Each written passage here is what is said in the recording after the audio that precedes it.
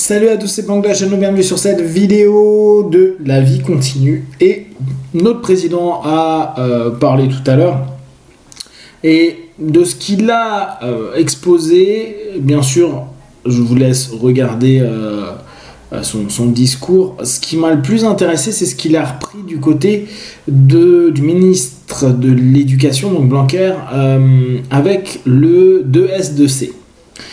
Je pense que dans notre mise en action de ce qui est en train de se passer actuellement et sur le travail qu'on peut faire personnellement, ce concept-là, 2S, 2C, si on imagine ou on souhaite un monde qui peut-être peut changer demain, il va falloir que nous, on le fasse par nous-mêmes. Et bien sûr, il ne faut pas attendre que ça soit des règles, des normes et des lois qui impose ce changement, même si, bien sûr, ça fera aussi partie de ce process. 2S, 2C, je trouve que ça peut pour nous avoir quelque chose de très utile à garder en tête.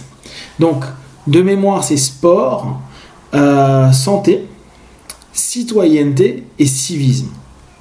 C'est un beau programme, et c'est un beau programme, au bout du compte, qui pour nous tous peut être quelque chose de vraiment intéressant et pertinent à mettre en place.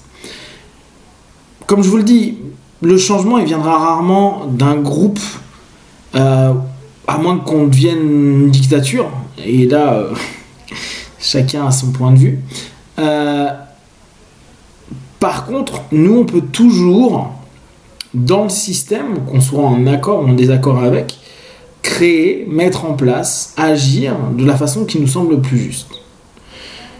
Quand on met en avant sport, je pense qu'on rappelle à beaucoup de personnes l'importance de faire du sport, de prendre attention à soi au travers du sport. Alors ce que je trouve génial, c'est qu'on oublie quand même que nos générations, depuis presque, je pense depuis la génération X, il y a beaucoup plus de personnes sportives. D'où d'ailleurs le business qui marche très bien des salles de sport, des fitness parks, etc. Souvent ma mère le fait remarquer en disant c'est étonnant de voir maintenant le nombre de joggers. Il n'y avait pas forcément autant de sportifs il y a 30 ans ou 40 ans. Maintenant, il y a énormément de personnes qui prennent attention par le sport. Après, on ne peut pas faire aimer le sport à tout le monde. Seulement, cette idée de se dire tiens, j'ai une hygiène de vie qui inclut du sport.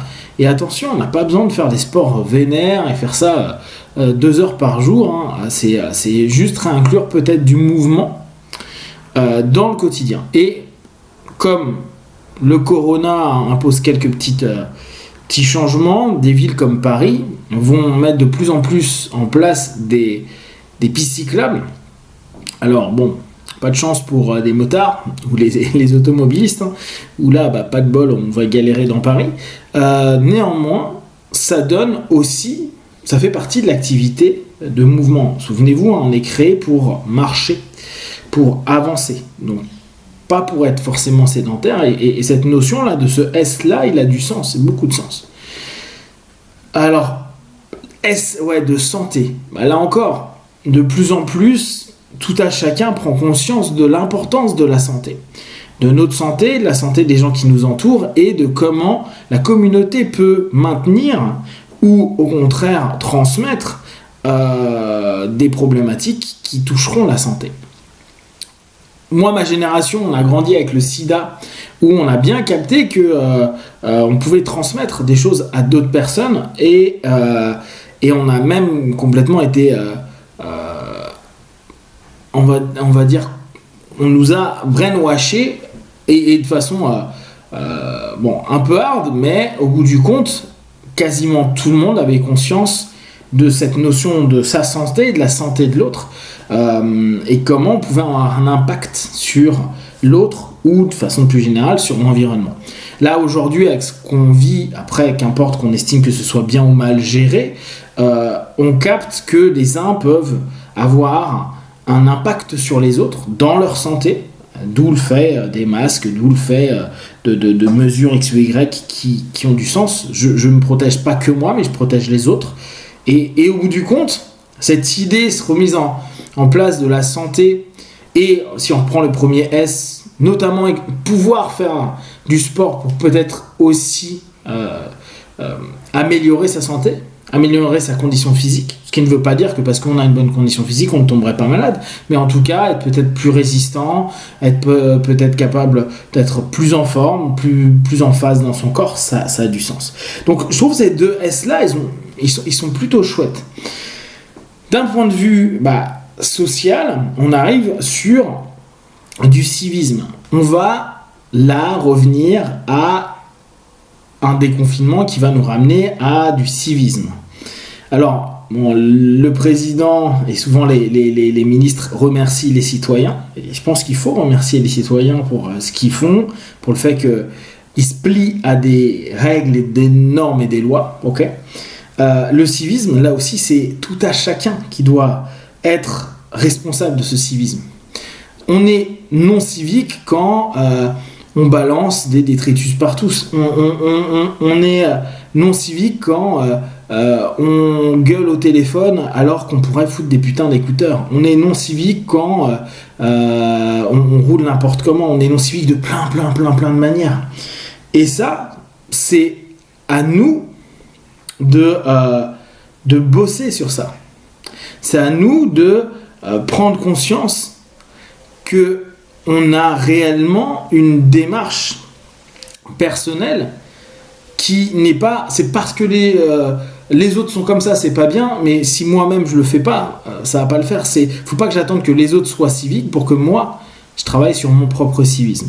Et cette notion de civisme et de reprise en compte de son propre pouvoir civique, je trouve que, là encore, dans ce qui va se passer dans les semaines à venir, où il y aura peut-être des manques de masques, il y aura peut-être donc des gens qui vont se précipiter, acheter plein de choses pour avoir des stocks, qu'importe, un masque ou autre chose, j'en parlais hier, est-ce que là, on va réussir à développer réellement ou pas du civisme? Est-ce qu'on va réussir à développer quelque chose qui va nous emmener vers moins de critiques d'autrui et plus de commun juste, de civisme et de civilité. Et enfin, la culture. Alors là, la culture, elle prend un peu cher. Mais ça reste un peu cher parce qu'il n'y aura pas forcément des musées et autres, pas de concerts, pas de choses comme ça. Maintenant, la culture, elle est un peu partout. Et ça encore, c'est un truc que je pense beaucoup ont pu capter avec le confinement où, si vous lisez les papiers, apparemment, les gens ont beaucoup cherché sur YouTube et ailleurs, une fois qu'ils ont un peu vidé Netflix, des choses pour apprendre, pour développer leurs connaissances, pour se cultiver. Et ça, c'est génial de se dire, au bout d'un moment, on se fait tellement chier qu'on veut se cultiver. Ça, c'est top.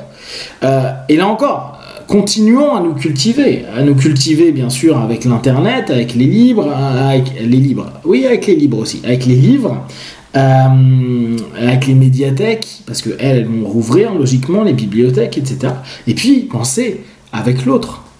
Alors peut-être à 1 mètre ou 2 mètres, mais avec l'autre aussi nous cultive.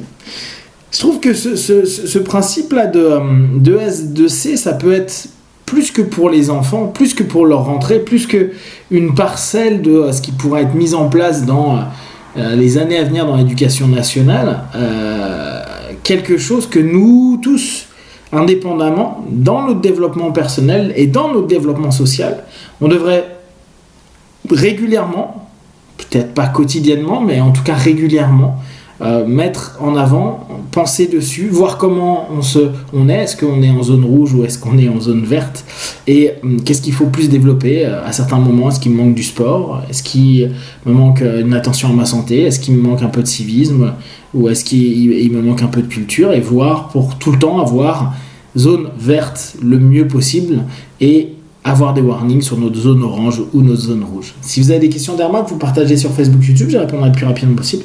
Comme d'habitude, de tout ce que je propose, ne prenez que ce qui est bon et juste pour vous, testez, observez, analysez et concluez. Be one, ciao.